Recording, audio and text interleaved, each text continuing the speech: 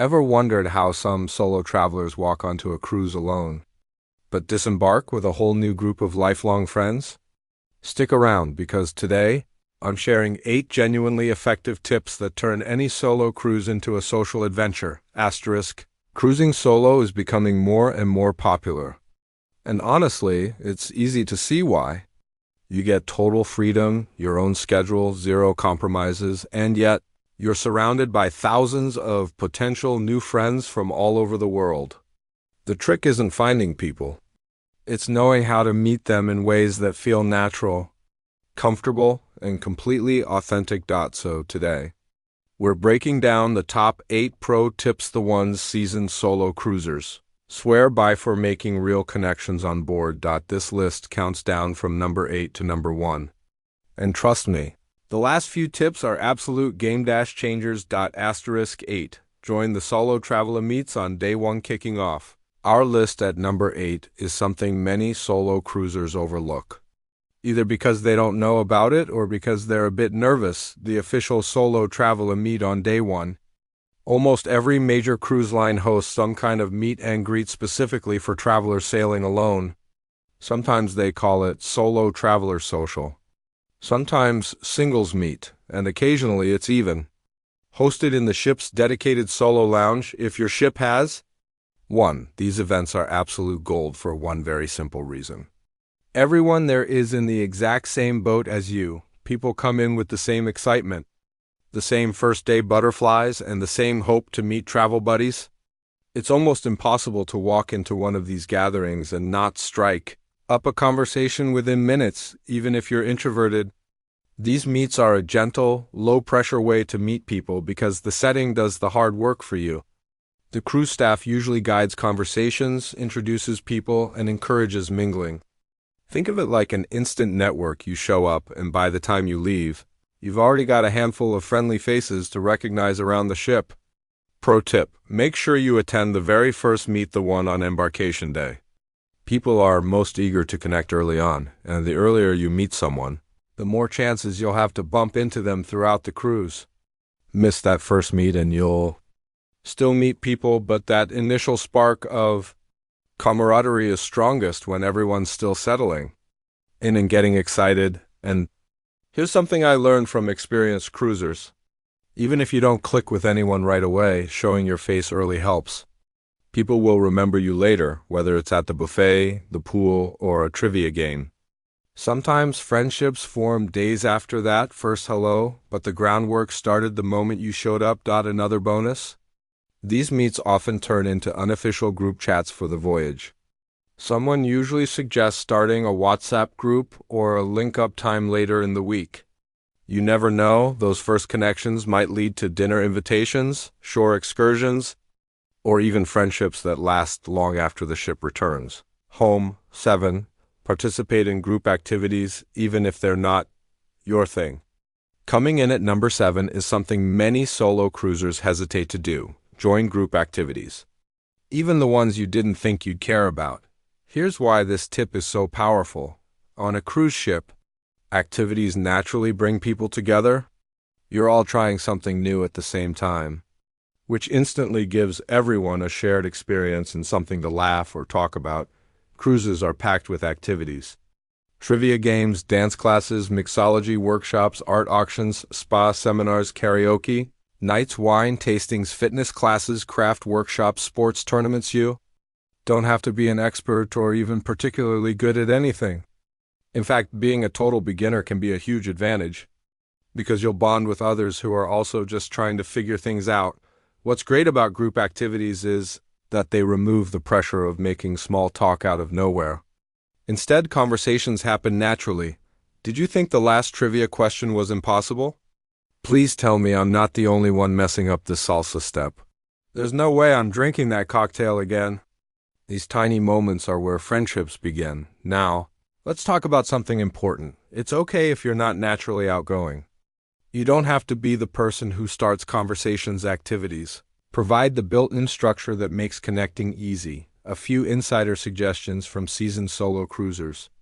Trivia is one of the best icebreakers. Most teams need extra players, and they're almost always happy to welcome a solo cruiser. Mixology classes often end with everyone trying each other's drinks. Instant conversation starter. Sports tournaments like ping pong or mini golf create friendly competition, which often leads to lunch invites afterward. The key is to show up consistently. People recognize familiar faces. That recognition turns into greetings, then conversations, then shared meals, and before you know it, you've got people you naturally gravitate toward each day. And here's something fun. Even if you don't form a deep friendship at an activity, you will create those delightful little micro-connections that make the cruise feel warmer and more social.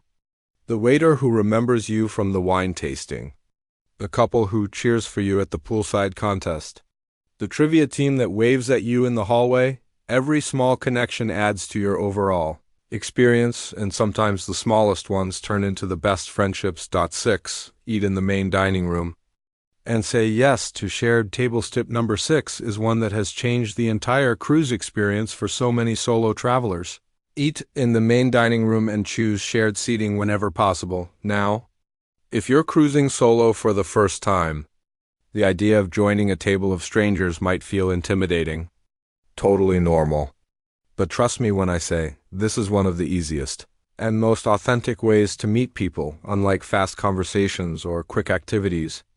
A meal gives you time for stories, laughter, and the kinds of slow-building conversations that lead to connections. Here's why shared dining is so powerful. 1. You meet people from all walks of life. Cruises bring together families, couples, friends, retirees, adventurers, and other solo travelers. A dinner table becomes a melting pot of personalities. 2. It's a built-in daily ritual.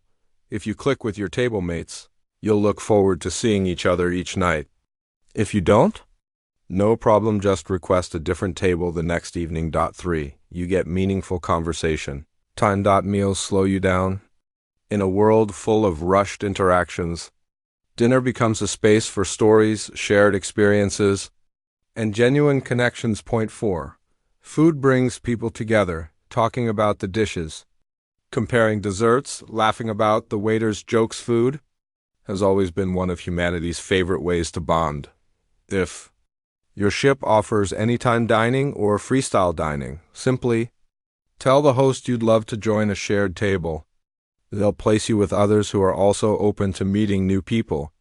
On many cruises, this is how lifelong friendships start. A lot of solo cruisers report that their favorite memories didn't happen during the shore excursions or shows, but right there at the dinner table listening to travel stories, celebrating birthdays of people they met only days earlier, or laughing until dessert arrived. And if shared dining still feels a little daunting, here's a comforting secret. Most people at shared tables are super friendly and happy to meet someone new. They're choosing the shared option for the same reason you are. They want a more social experience, even if they're not traveling alone. This is why dining room interactions often feel effortless. Conversations flow naturally, and the environment encourages warmth and connection. 5. Join the ship's online groups or roll calls before you sail. Tip number 5 is something you can do even before the cruise begins. Join your ship's online roll call or community group. Almost every cruise, no matter the line, destination, or length, has an online space where passengers chat before the voyage. These groups exist on Facebook, Reddit, Cruise Critic roll calls, ship-specific forums, sometimes even WhatsApp or Discord. These online communities are treasure troves of information. But more importantly, they're full of people you'll soon be sailing with. Here's why joining early helps you make friends on board. 1. You get ahead start. You'll recognize names and profile pictures once you're on the ship. That sense of familiarity makes real-life connections easier. 2. Group events form organically. People often organize unofficial meets, bar crawls, casino nights, spa days, or private shore excursion groups. Joining these is one of the easiest ways to meet people who share your interests. 3. You'll find other solo travelers. Almost every roll call includes solo cruisers looking for company for meals, excursions, or simply hanging out. 4. Excursion planning becomes easier. Small groups often coordinate tours together to save money and shared adventures. Form quick bonds. 5. You start the trip with excitement and friendly faces waiting. Imagine stepping onto the ship and already having people to wave at. It's such a warm feeling. The benefit? If you're introverted or a little shy, online groups let you ease into socializing at your own pace. You can comment, lurk, or chat privately. And by the time you meet people in person, the ice is already broken. Many solo cruisers mention that some of their strongest friendships began in these pre-cruise groups. Sometimes people even say, "I feel like I've known you forever, and we just met an hour ago."